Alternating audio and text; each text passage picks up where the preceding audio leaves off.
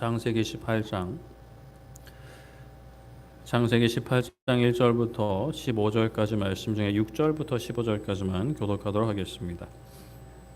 창세기 18장 1절부터 15절까지 말씀 중에 6절부터 15절까지만 교독하도록 하겠습니다. 아브라함이 급히 장막으로 가서 사라에게 이르되 속히 고운 가루 세 스아를 가져다가 반죽하여 떡을 만들라 하고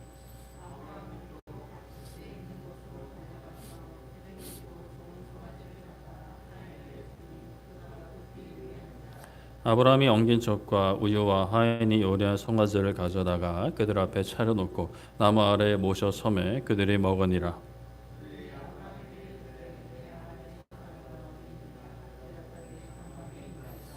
그가 이르되 내년 이맘때 내가 반드시 내게로 돌아오리니 내 아내 사라에게 아들이 있으리라 하시니 사라가 그 뒤 장막 문에서 들었더라.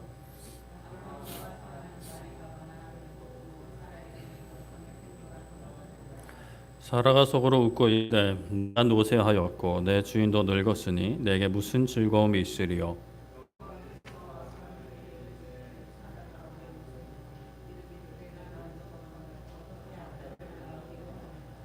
여호와께 능하지 못한 일이 있겠느냐. 기한이 이를 때 내가 너에게로 돌아오리니 사라에게 아들이 있으리라.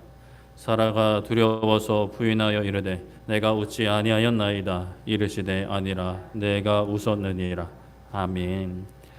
네, 오늘은 우리에게 즐거움을 주시는 분이라는 제목으로 말씀을 나누고자 합니다. 세상에는 참 다양한 음식들이 있습니다. 우리나라에도 참 많은 음식들이 있는데요. 다른 나라 음식들도 참 다양한 나라들이 많은데 우리나라도 참 음식 종류가 다양한 나라 중에 하나다라고 이야기를 합니다. 조리법도 다양하고요. 또 다른 나라에서 먹지 않은 식물들을 먹기도 하죠. 그런데 그렇게 음식 종류가 많다고 해서 모든 한국 사람들이 모든 한국 요리 음식들을 다 먹어보거나 다 좋아하는 건 또 아닌 것 같습니다. 사람마다 선호하는 것들도 있고 싫어하는 것들도 있죠. 특히 음식을 싫어하는 경우는 그 음식도 먹어보지도 않았는데 이제 싫어하는 경우들이 있어요. 왜냐? 냄새나 보기에 막 너무 징그럽거나 냄새가 고약한 경우들, 그런 경우는 이제 손도 사실 대고 싶지 않는 그런 모습들이 있죠. 그래서 이제 손도 대지 않았는데 뭐 어떤 상황에서 막 주위에서 끈질긴 권유로 그 음식을 또 한 입 먹어보게 될 때도 있어요. 그렇게 먹어봤더니 생각보다 괜찮다거나 맛이 좋은데 라는 경험을 할 수도 있고, 반대로 그냥 생각처럼 너무 이제 별로이고 너무 아닌 경우도 있을 수 있습니다. 심지어 뭐 맛있을 것이라고 기대하고 먹었는데도 별로인 경우들이 있어요. 그렇게 음식에 대한 첫인상이 안 좋게 남아버리면 그 음식을 다시 맛있게 먹기는 힘들다라고 이야기를 합니다. 첫인상이 워낙 이제 부정적이었기 때문이죠. 그래서 이제 어떤 음식을 처음 접할 때는 정말 잘하는 집에 가서 먹어야 된다. 같은 요리라도 집마다 좀 맛이 다를 수 있고 진짜 별로인 데는 별로일 수 있으니까, 그래서 정말 잘하는 집에 가서 먹어야 된다. 그래야 이제 첫인상이 좋게 남겨지면 이제 계속 이제 맛있게 먹을 수 있으니까 뭐 이런 식으로 이제 이야기를 해요. 그런데 만약 첫인상도 안 좋았어요. 그런데 하여튼 또 뭐 어떤 상황 때문에 또 한 두세 번 먹어봤는데 또 계속 안 좋아. 여기도 안 좋고 저기가도 안 좋아. 그러면 어떻게 될까요? 이제는 다시는 누가 뭐래도 이제 안 먹게 되는 그런 이제 결론에 이르를 수 있는데, 다양한 곳에서 먹어봤는데 그 음식이 별로다. 그러면 뭐 너는 모르겠고 난 진짜 별로다라는 결론에 도달하게 됩니다. 게다가 뭐 그 음식을 안 먹으면 죽는 것도 아니고 총 겨누면서 먹어 이러면서 안 먹으면 죽일 거야 이러면 먹겠지만, 그런 거 아니라면 굳이 꼭 안 먹어도 되는 거라면 안 먹어도 괜찮죠. 이것이 어떤 경험이 주는 힘, 경험이 주는 결과라고 할 수가 있어요. 이 음식이 맛없다라는 경험이 쌓이면 나에게 확신이 생기고 더 이상 그 음식을 가까이 하지 않습니다. 이건 맛없어. 앞으로도 맛없고 계속 어디를 가든 맛없어. 이렇게 이제 결론이 이르게 되는 거죠. 음식은 그렇게 결론이 나도 안 먹어도 사실 그만이에요. 근데 하나님과의 관계는 또 그렇지는 않습니다. 하나님과의 관계에서 우리가 겪게 되는 일들, 그로 인해서 쌓이는 우리의 경험들은 물론 엄청난 유익도 있는 부분이 있지만 또 어떤 경험들은 큰 장애가 되기도 해요.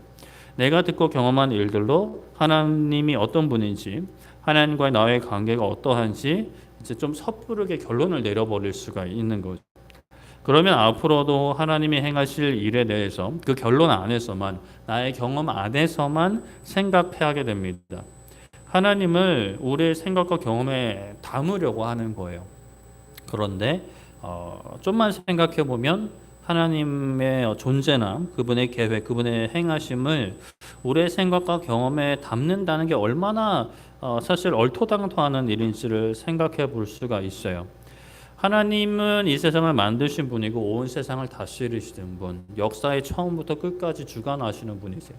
근데 내가 그분을 이해한다.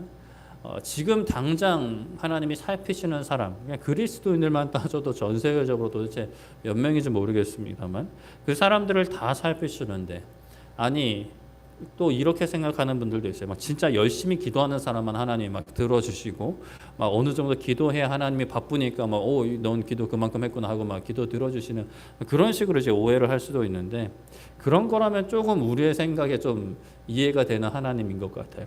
근데 그런 분이 아니시죠. 하나님은 그냥 모든 인생을 아시고 모든 인생을 살피시는 거예요. 우리에게 생각과 경험으로 담을 수가 없는 거죠. 이게 납득이 될 때 우리는 우리의 경험과 생각에 갇혀서 나의 어떤 어려운 상황을 만났을 때 하나님 왜 이러세요? 라고 괴로워하는 것이 아니라 끝까지 하나님의 선하심과 그 놀라운 능력을 붙들고 찬양하면서 기도하면서 순종할 수가 있게 되는 겁니다. 오늘 말씀에 그런 하나님의 능력과 또 그 사람의 반응이 이제 등장을 하는데, 오늘 말씀 1절에 보면 여호와께서 마므레 상수리 나무들이 있는 곳에서 아브라함에게 나타나셨다라고 말씀을 합니다. 오늘 말씀에 등장하는 사건을 설명하는 거예요. 전체적인 내용을 이제 설명하며 시작하는 건데, 아브라함이 날이 뜨거울 때 장막문에 이제 그늘에 앉아 있었던 거죠. 그런데 눈을 들어서 보니까 사람 셋이 맞은편에 서 있었대요. 갑자기 뿅 하고 서 있었는지 아니면 이게 걸어오는 걸 봤는지 약간 좀 모호하긴 합니다만, 중요한 것은 아브라함의 반응인데, 그들을 보자마자 곧 장막문에서 달려나갑니다. 이때 아브라함 나이 99세였어요. 그러니까 사실 우리의 어떤 그런 건강으로 생각하면 달려나가기 쉽지 않은, 물론 그런 분들이 계시긴 하더라고요. 100세가 넘었는데 막 4층 계단을 오르내리는 분이 제가 아는 그리 멀지 않은 친척 중에도 계셔가지고 100세가 넘었는데 그 삼촌 한 분이 100세까지 사세요 이렇게 이야기해가지고 진짜 웃지 못할 해프닝이 일어났던 그런 분도 계시긴 하더라고요. 근데 대개는 이제 99세 정도 되면은 걷는 것도 사실 쉽지 않죠. 근데 이제 아브라함은 어찌됐건 그런 어떤 상황 속에서 달려나갔다 합니다. 그리고 영접하며 몸을 땅에 굽혀 말하기를, 내 주여 내가 주께 은혜를 입었사며 원하건대 종을 떠나 지나지 마시고 물을 종을 가져올 테니 발을 씻으시고 나무 아래에서 좀 쉬세요. 그리고 제가 먹을 떡도 좀 빵도 좀 가져오겠습니다. 그래서 좀 쉬시고 좀 이렇게 보충하시고 마음을 상쾌하게 하신 후에 지나가십시오라고 합니다. 당신들이 종에게 오셨기 때문에 그렇게 하셔야 합니다라고 고백을 합니다. 사실 아브라함의 이 반응이 좀 쉽게 이해되지는 않아요. 중동 지역은 아직까지도 예로부터 손님을 모시는 거, 그냥 손님을 보내는 거는 굉장히 이거는 본인들이 문화에서 납득할 수 없는 일을 합니다. 몽골도 그렇죠. 보통 이제 유목민들이 좀 그렇다 그러더라고요. 이게 그냥 갔다가는 사람이 죽어버리니까 내가 그 일을 당할 수 있으니까 결코 이런 나그네들을 그냥 보내는 법이 없다라고 합니다. 대접을 하는 거예요. 아브라함도 이러한 문화에서 이해할 수 있는데, 그런데 이게 손님을 모시는 수준이 아니에요. 정말 말 그대로 종이 주인을 모시는 수준으로 이렇게 신하가 왕을 모시듯이 손님을 모시고 있어요. 아무래도 아브라함은 무엇인가 보았던 것, 알았던 것 같아요. 이 평범한 사람, 평범한 손님은 아니었다라는 것을요. 우리야 여호와께서 나타나셨다라는 그 1절과 또 이후의 대화들 보면 여호와께서 말씀하셨다 이런 말씀들을 보면서 이 세 사람이 여호와 하나님과 이제 천사들이라는 것을 알 수가 있는데, 아브라함이 이걸 알았던 것 같아요. 근데 좀 약간 모호하긴 합니다. 그래서 이제 히브리서 13장 2절에 보면 부지 중에 천사들 대접한 이들이 있었다라고 말씀을 해요. 그래서 이 말씀을 이 아브라함의 이 상황도 부지 중에 대접했다라고 해석을 하기도 해요. 그 사실 전 좀 모르겠습니다. 나중에 천국 가서 물어봐야 될 것 같긴 한데, 그러면 이거를 좀 우리가 어떻게 이해를 하고 적용을 하면 좋을까? 아브라함이 알고 하나님을 대접했는가 또는 모르고 대접했는가에 있어서 우리에게 도전하는 말씀의 적용이 달라질까? 사실 그렇지 않습니다. 사실 그 부분은 그렇게 중요한 문제는 아니에요. 부지중에 대접했다라고 한다면 우리도 오늘날 뭐 우리를 찾아오는 사람들을 그냥 다 하나님께 대접하듯이 대접해라라고 뭐 적용할 수도 있겠지만, 그런데 그런 적용 필요 없이 이미 우리에게는 예수님의 말씀이 있어요. 마태복음 25장 40절에 보면 임금이 대답하여 이르시되 내가 진실로 너에게 이르노니 너희가 여기 내 형제 중에 지극히 작은 자나에게 한 것이 곧 내게 한 것이니라 하시고 라고 말씀을 합니다. 내 형제 중에 지극히 작은 자, 나에게 뭐 도움이 되지 않는 사람들이죠. 내가 도와주어야만 하는 사람에게 한 것이 예수님께, 즉 하나님께 하는 것이라고 말씀하신 거예요. 설령 그 사람이 나에게 선한 의도로 접근하지 않았다 해도 말이죠. 물론 우리가 뭐 사기치는 사람에게 일부러 사기를 당해줄 필요는 없습니다. 그러나 우리는 우리가 할 수 있는 선에서 선대하는 것이죠. 정말 그 사람에게 필요한 것, 정말 그 사람이 이제 뭐 물을 마셔야 된다면 물을 대접하는 것, 양식이 필요하다면 어느 정도의 양식은 우리가 함께 나눌 수 있는 것, 그 정도 할 수 있는 거죠. 이러한 예수님의 말씀은 뭐 부지중에 찾아오는 사람을 대접해야 하나님께 대접하는 거다, 뭐 거기까지 갈 필요도 없이 그냥 내게 찾아오는 사람은 내가 그를 대접하는 것은, 특히나 연약한 사람 대접하는 것은 하나님께 하는 거다라고 이제 그냥 결론이 여기서 나버리는 거예요. 그러니까 사실 아브라함이 뭐 부지중에 했든 알고 했든 그것이 우리의 지금 적용점과는 크게 상관은 없습니다. 그냥 궁금할 뿐인 거죠. 또한 우리가 하나님을 대접하는 다른 방법은 바로 이제 지극히 작은 자를 대접하는 것도 있지만, 다른 관점으로 보면 말씀을 귀하게 받는 거예요. 하나님의 말씀을 받을 때 존귀 여기며 받는 것이죠. 물론 세상에는 워낙 이상한 가르침도 많고, 특히나 유튜브에도 말씀, 또 뭐 네이버 다음이든 뭐 블로그나 카페 같은데 글 보면 뭐 검색해 보면 제목이 뭐 하나님 증거장막, 뭐 신천지, 여호와의 증인, 뭐 이런 것들이 있어요. 그래서 AI 검색하는 거 조심해야 돼요. AI는 그런 걸 분별 안 하고 싸그리 긁어가지고 이렇게 답을 해주니까 교리나 어떤 성경 지식에 대해서 AI한테 물을 때는 좀 묻지 않는 게 좋습니다. 좀 검증된 자료를 보는 게 필요해요. 어찌됐건 이렇게 그런 분별은 필요하는데, 이게 하나님의 말씀이라는 게 이제 분별이 됐다면, 분명한 하나님의 말씀이라면 우리가 그것을 극진히 대접해야 돼요. 어떻게 대접하는가? 뭐 말씀한테 뭐 떡을 드리고 물을 드리는 건 아니잖아요. 그 앞에 우리가 겸손히 순종하는 것이 말씀을 대접하는 것, 하나님을 대접하는 것이죠. 설교 시간뿐만이 아니라 뭐 찬양과 기도 시간에도, 또는 삶 가운데, 일상 가운데 하나님께서 말씀을 기억하게 하시고 깨닫게 하실 때가 있어요. 그러면 그때 우리가 주의에 대해서 판단하는 게 아니라 하나님의 뜻에 합당한 말씀이라는 전제 하에서 우리는 종이 주인의 말을 듣듯이 달려나가 엎드려 들어야 되는 것이죠. 하나님의 말씀으로 받아야 하는 것입니다. 뭐 당장 뭐 눈에 보이듯이 무릎 꿇을 수 있는 곳이 꿇는 것도 너무나 좋고, 아니면 마음만으로도 겸손히 꿇는 심정으로 겸손히 그 말씀을 듣고 순종할 때, 받아들일 때 그것이 하나님을 대접하는 것이 되는 것이죠. 그렇게 아브라함은 그분들을 극진히 대접했어요. 뭐 알았든 몰랐든 대접했어요. 얼른 떡과 빵을 만들게 하고요, 가축대 있는 곳에 가서 기름지고 좋은 송아지 잡아가지고 급히 요리하게 합니다. 이게 뭐 지나가는 손님 잠깐 이렇게 대접하는 정도가 아닌 거예요. 그렇게 엉긴 젖, 우유, 요리한 송아지를 내어서 같이 먹는 것도 아니고요. 8절에 보면 모셔 섰다라고 표현합니다. 드시고 하는데 옆에서 시중을 들고 있는 거예요. 99세 할아버지가 마치 종이 옆에서 시중을 들듯이 그분들을 대접하는 거죠. 우리가 어떤 마음으로 지극히 작은 자들에게 또 말씀 앞에 서야 되는지를 너무 도전 받을 수 있는 말씀인 거죠.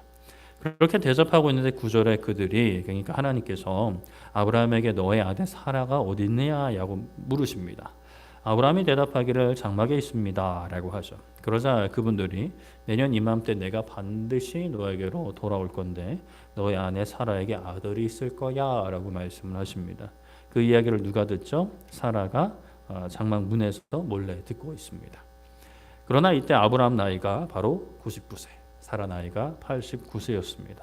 11절에도 분명히 언급하기를 사라에게 여성의 생리가 끊어졌다 말씀합니다. 더 이상 아이를 가지지 못하는 상태가 되는 거예요. 그래서 사라가 그 이야기를 듣고 속으로 웃습니다. 내가 노쇠했고 내 주인, 내 남편이죠. 내 남편도 늙었는데 내게 무슨 즐거움이 있겠나? 라고 생각을 합니다. 이전 말씀에 하나님께서 아브라함에게 그 언약을 맺으시면서 똑같이 말씀을 하셨어요. 그때도 아브라함도 웃었습니다. 이스마엘이나 하나님 앞에 살길 원합니다. 아이고 하나님 이스마엘이나 좀 잘 챙겨주세요 라고 좀 굉장히 사실은 좀 건방지게 이제 이야기를 한 거죠. 사라도 뭐 다르지 않은 반응을 보입니다. 그런데 여호와께서 말씀하세요. 하나님 말씀하십니다. 아주 여호와 하나님께서 말씀하신다고 분명히 언급이 되죠.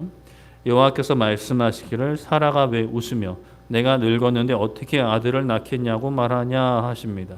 그리고 말씀하세요. 여호와께서 능하지 못한 일이 있겠냐?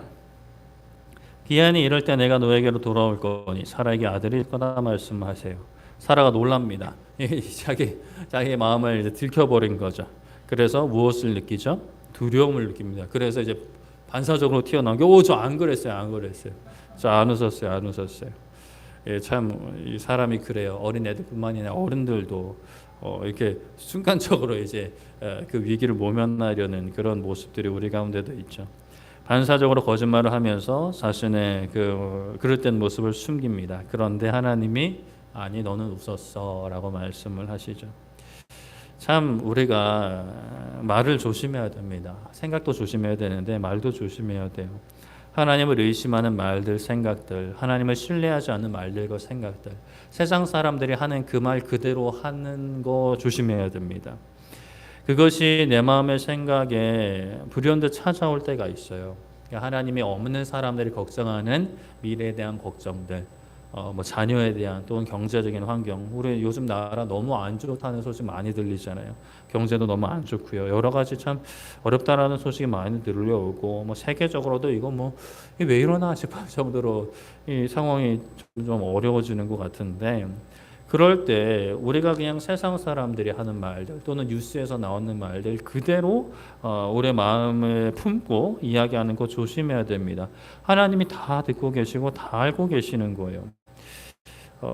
그렇게 우리의 마음의 생각이 찾아올 때, 말이 막 턱끝까지 나올 때, 또는 내뱉었어요. 내뱉어 버렸어요. 그럴 때 계속 내뱉는 게 아니라 다시 우리가 수정하고 정정해야 돼요. 아니지. 하나님 살아계시지. 하나님 나와 함께 하시지. 하나님 불가능한 일 없으시지라는 선포가 있어야 되는 거죠. 사라 입장에서는 내가 나이가 들었는데 뭐 남편도 100, 이제 99살이고 내가 89살인데 뭔 소리라는 생각이 들어올 때 하나님의 말씀이 사실 선포되기 전에 본인의 입술로 선포해야 됐어요. 아니지. 하나님이 하신다면 하지. 하나님께는 능하지 못한 일이 없지라고 선포해야 되는 거죠.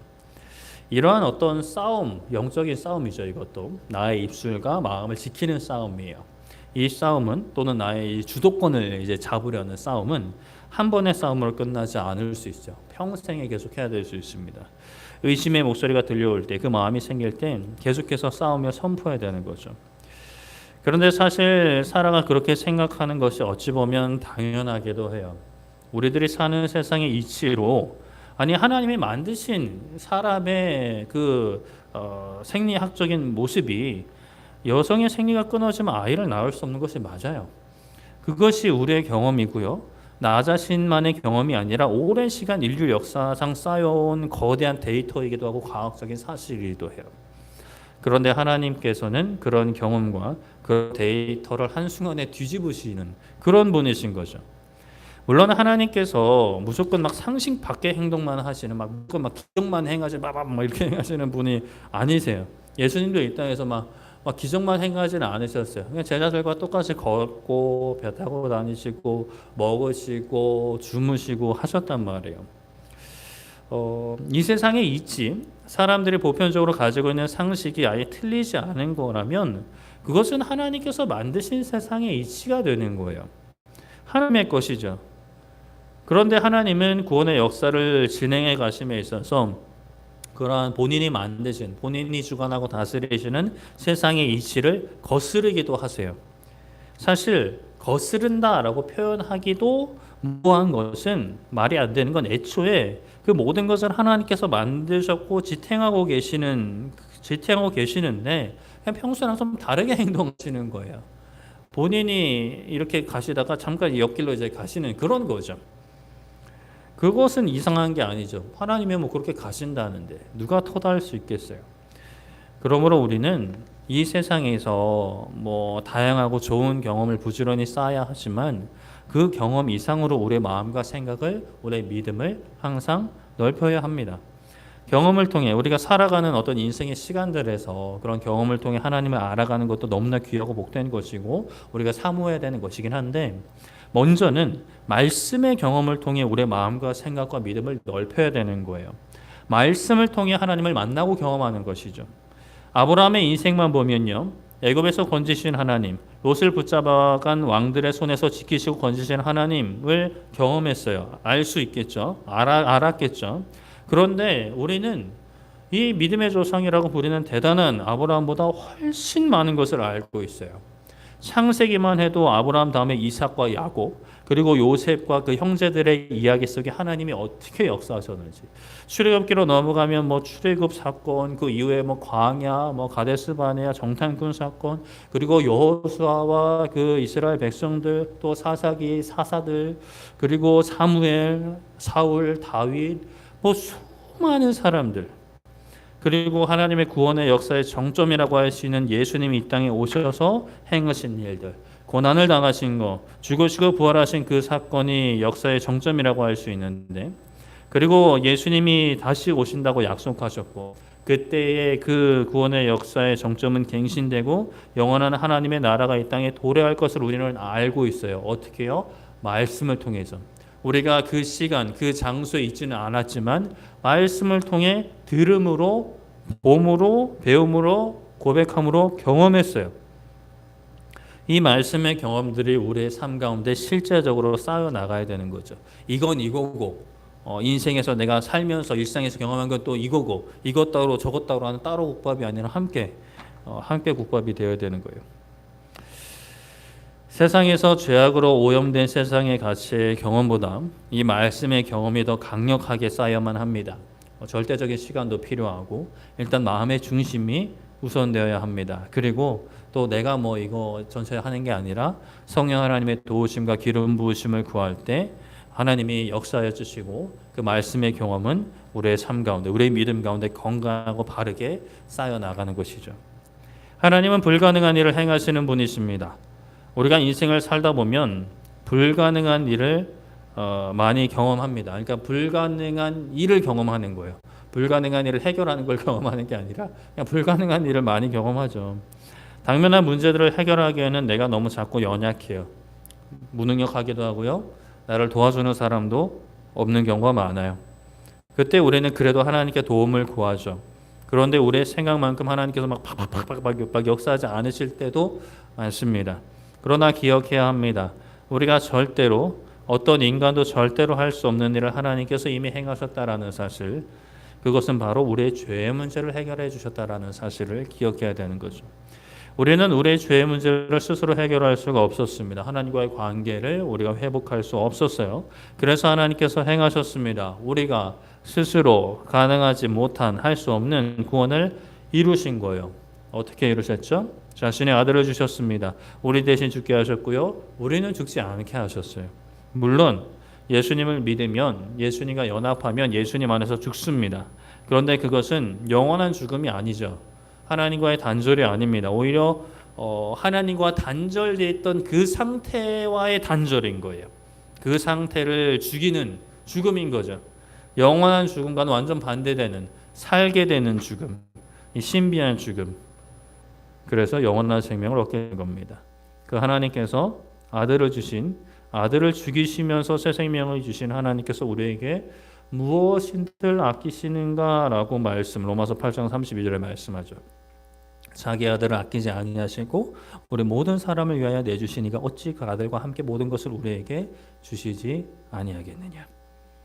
하나님께서 이미 가장 좋은 것을 주셨고 지금도 주고 계시고 앞으로도 주실 거예요. 예수님 안에서 우리가 누리는 새 생명이죠. 주심에 있어서 능하지 못한 일이 없어요. 우리는 그것을 믿어야 합니다. 인정하고 수긍하고 받아들이고 그것을 붙잡고 구해야 되는 거죠. 하나님께 구해야 돼요. 우리의 문제 해결도 어려운 상황, 경제적인 인간관계, 자녀 문제, 부부관계, 모든 부모님과의 관계 모든 것을 구해야 되는 거죠. 다만 그 가운데 우리가 살필 것은 내가 나의 정욕으로 구하는가, 이 세계 자랑을 위해서 구하는가를 살펴야 되고 하나님의 나라와 의를 위해 구해야 되는 거죠. 내가 이것을 통해 결국 얻고자 하는 건 뭔가? 하나님 나라와 의를 위한 기도 제목으로 포장해도 하나님 우리의 마음을 감찰하시기 때문에 아무리 미사역으로 해도 내 마음의 중심 하나님이 알고 계세요. 하나님의 나라와 의를 위해 구하는 것은 매우 복된 것입니다. 어차피 우리가 그리스도인이라면 이미 우리는 하나님 나라 안에 속해 있는 사람들이에요. 하나님 의 안에 그 의의 혜택을 누리고 있는 사람들이에요. 그렇기 때문에 하나님의 나라와 의를 구한다는 게 내 삶과 상관없는 게 아닙니다.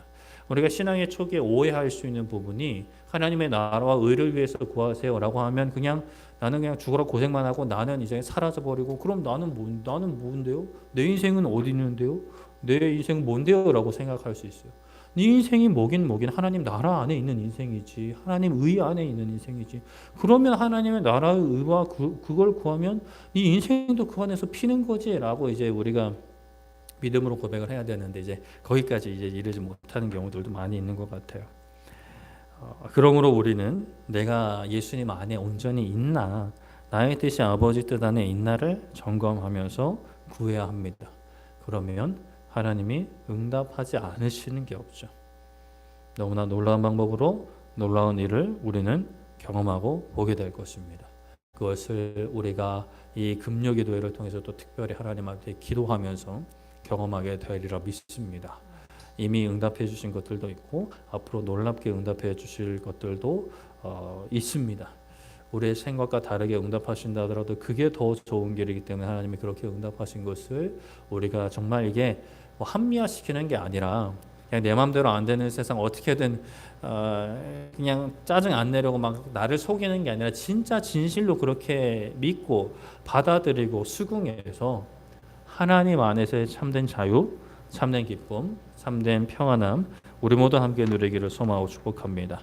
말씀을 정리하겠습니다. 하나님께서 천사들과 함께 아브라함에게 사람의 모습으로 나타나셨어요.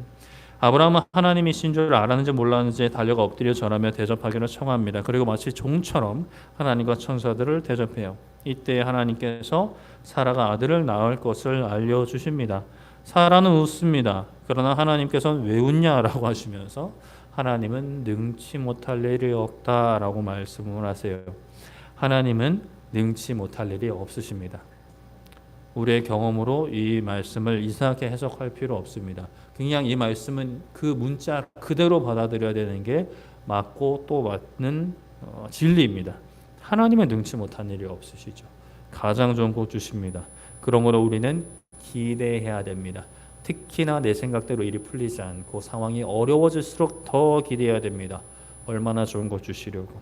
가장 좋은 것을 주실 하나님, 우리를 통해 생명을 살리는 구원의 역사를 어떻게 이루어 가실지 아브라함은 복이 되었습니다. 그 복은 생명을 전하는 복입니다. 생명을 전하는 복, 예수님을 전하는 복인 것이죠.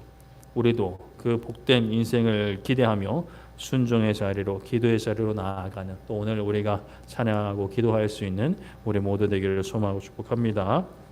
아멘. 우리 함께 찬양하고 기도했으면 좋겠는데요. 우리 찬양하며 기도할 때 전능하신 나의 주 하나님